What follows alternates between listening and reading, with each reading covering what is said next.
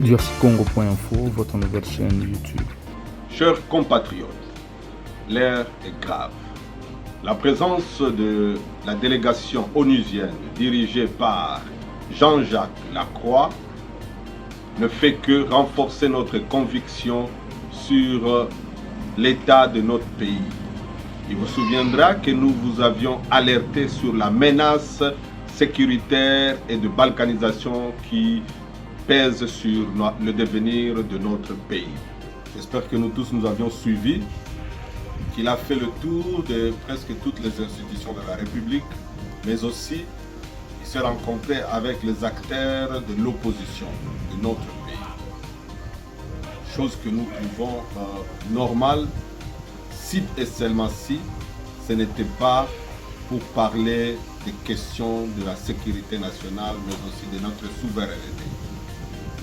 Ce qui nous a surpris, c'était que toutes les délégations reçues, de la majorité ou de l'opposition, s'entraquisaient. Il vous souviendra que nous avions eu à alerter l'opinion tant nationale qu'internationale sur la menace qui pèse sur notre pays. Et nous avions proposé comme solution que le fils et filles de ce pays, patriotes comme nous, puissions nous mettre ensemble pour traiter de nos problèmes sans ingérence extérieure.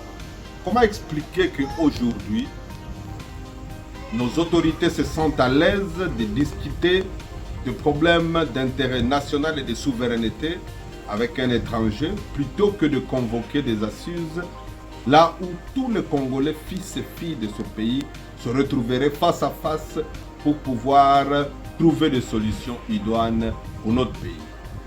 Aujourd'hui, nous réitérons encore notre appel pour que nous ne puissions plus continuer à nous ridiculiser à la face du monde et de démontrer comme quoi nous sommes incapables de nous mettre ensemble pour trouver des solutions à notre pays.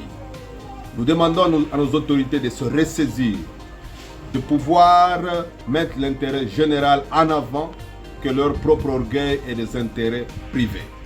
Et que ces assises soient convoquées sous la médiation des fils et filles de ce pays. Il a été proposé l'église, soit l'église catholique et l'église protestante, et moi j'ajouterai les musulmans et toutes les autres confessions pour que les fils de ce pays puissent se retrouver, parler de leurs propres problèmes et trouver des solutions par eux-mêmes. Et que nous ne puissions plus nous laisser manipuler par l'étranger, par ceux-là même que nous disons qui sont à la base de nos malheurs.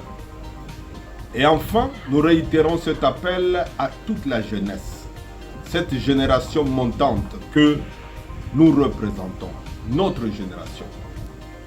Effectivement, nous sommes tous spectateurs de cette désolation que nos aînés continuent à nous démontrer, que nous ne puissions pas tomber dans ces mêmes erreurs. Aujourd'hui, commençons à réfléchir comment mettre un cadre où nous tous, jeunes, de la majorité, de l'opposition, de la société civile, des entrepreneurs, que nous puissions commencer à nous parler, que nous puissions commencer à réfléchir ensemble au-delà de nos appartenances politiques, de nos appartenances religieuses, tribales, mais que nous puissions nous identifier à la nation congolaise et au devenir de ce pays. Et c'est ce à quoi nous sommes en train de nous préparer pour que nous puissions enfin imposer la solution qui est nationale pour le bien-être de notre pays, mais aussi pour le bien-être de notre peuple.